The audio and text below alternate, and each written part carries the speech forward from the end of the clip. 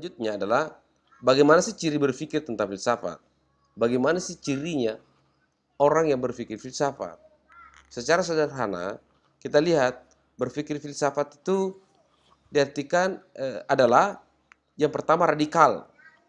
Apa itu radikal? Kalau Anda biasa berpikir radikal, mari kita lihat berpikir radikal artinya berpikir sampai ke akar permasalahannya. Sampai berpikir ke akar permasalahannya. Tidak melihat pada masalah itu hanya sampai rantingnya, sampai akarnya.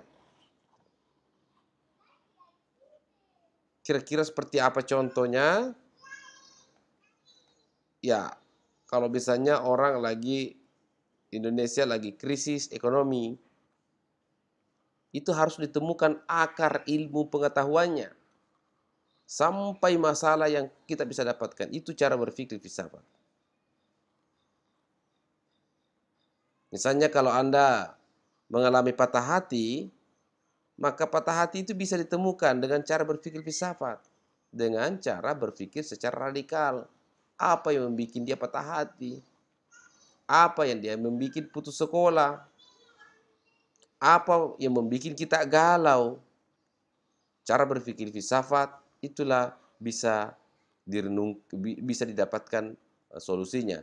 Akan tetapi, ya tentu salah satu ciri filsafat itu adalah dengan apa namanya? Dengan cara berpikirnya tadi itu adalah cara berpikir radikal sampai akar masalahnya. Tidak mentok. Tidak mentok hanya sekedar uh, satu jawaban yang ditemukan tidak mentok, tapi dia senantiasa sampai mengkaji akar sampai akar masalahnya. Oke. Yang kedua, ada sekalian adalah cara berpikir yang kedua adalah cara berpikir sistematik. Cara berpikir sistematik itu bagaimana? Berpikir yang logis, sesuai aturan. Jadi kalau dia ngomong itu juga ada landasan. Aturan maksudnya itu bukan semata hukum ya. Artinya ada norma. Berpikir sesuai dengan norma, aturan, atau ada landasannya. Langkah langkah demi langkah, berurutan cara penyampaiannya. Penuh kesadaran dengan penuh tanggung jawab. Dan dia mampu mempertanggungjawabkan perkataannya. Itu cara berpikir filsafat. Dan adik-adik sekalian, cara berpikir filsafat ini adalah cara berpikir yang seyogyanya dimiliki oleh seluruh mahasiswa yang ada di Indonesia ini. Untuk apa? Karena disitulah kemudian kita bisa menemukan titik-titik keilmiahan seseorang, titik-titik yang cenderung kecendekiawan seseorang. Kenapa? Karena dia cara seseorang cendekia atau mahasiswa itu kan dapat kita ukur kemampuan berpikirnya ketika dia berpikir sistematis. Kalau bicara masih sangat belepotan, tidak sistematis, saya belum bisa katakan bahwa dia adalah cara berpikir filsafat. Biasa itu kemudian kalau kita temukan seperti siapa itu yang cara berpikir tidak radikal dan cara berpikir tidak sistematis, anak-anak kita, adik Anda, kalau ngomong permen sudah itu dia sambung-sambung dengan kue, bicara lagi kotor bajunya, sudah itu lagi mau minta air minum untuk makan. Tidak sistematis apa yang dimaksudkan. Dan tidak radikal, menangis juga. Kenapa menangis? Jatuh dia punya permen. Dia tidak berpikir, dia langsung saja menangis. Itu tidak berpikir radikal kan namanya. Harusnya kalau dia berpikir radikal adeknya, itu dia harus tahu bahwa dia jatuh di tangannya sendiri. Karena dia lemah menggenggamnya. Jadi kalau adik Anda menangis, tunjuki dia tanya, hei adek, berpikir radikal sedikit kek. Sedikit-sedikit nangis, sedikit-sedikit nangis. Coba berpikir radikal. So berhenti menangis. Universal. Berpikir secara menyeluruh, tidak terbatas pada bagian tertentu. Tidak terbatas pada bagian tertentu. Tidak terbatas pada bagian tertentu.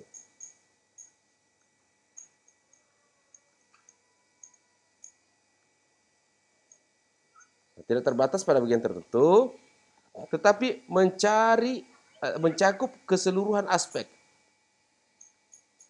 Kalau dia kaji tentang agama, contoh, dia kaji tentang agama, bukan hanya Islam atau Kristen dia kaji sebuah agama. Itu yang dimaksud dengan universal.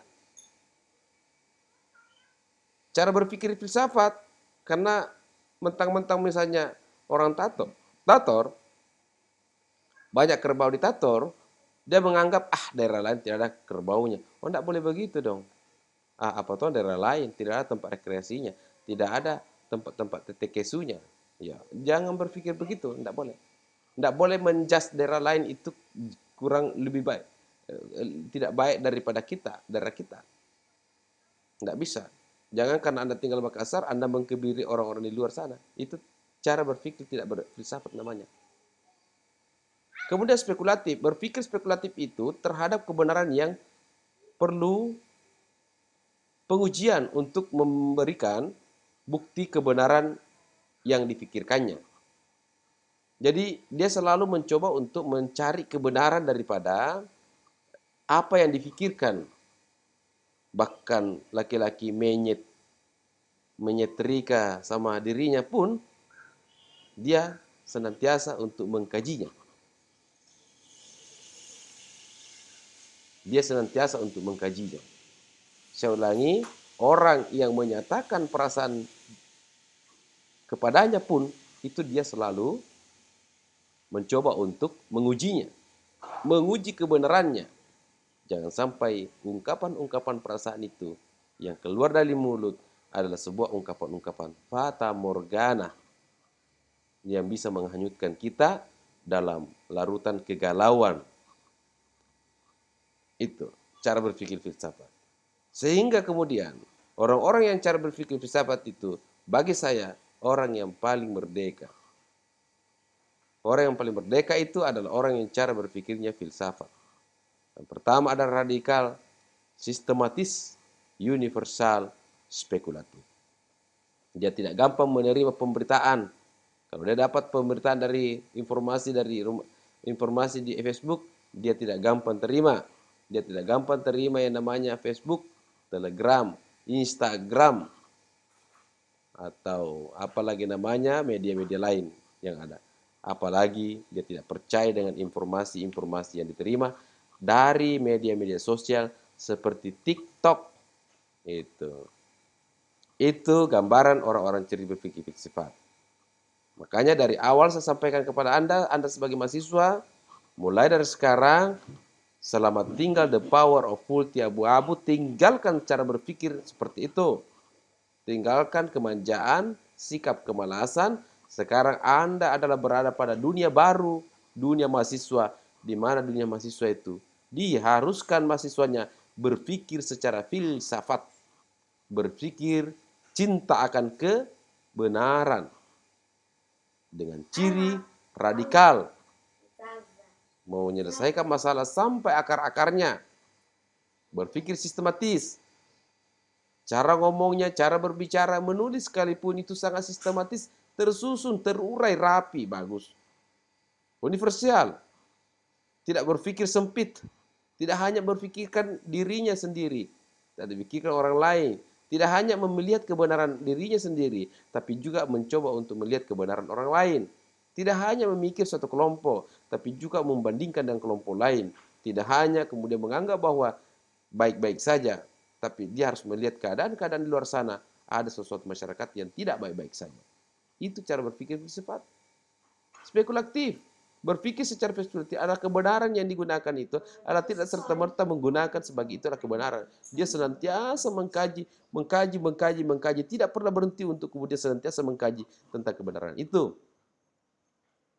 Cara berpikir filsafat, jangankan Anda, diri saya, tembok pun ketika bergoyang, itu patut Anda curigai.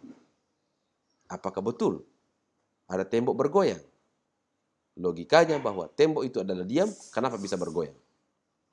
Berarti jangan sampai. Curigalah bahwa batu itu adalah lembek. Curigalah bahwa angin bisa dilihat. Ragukanlah bahwa tembok bisa bergerak.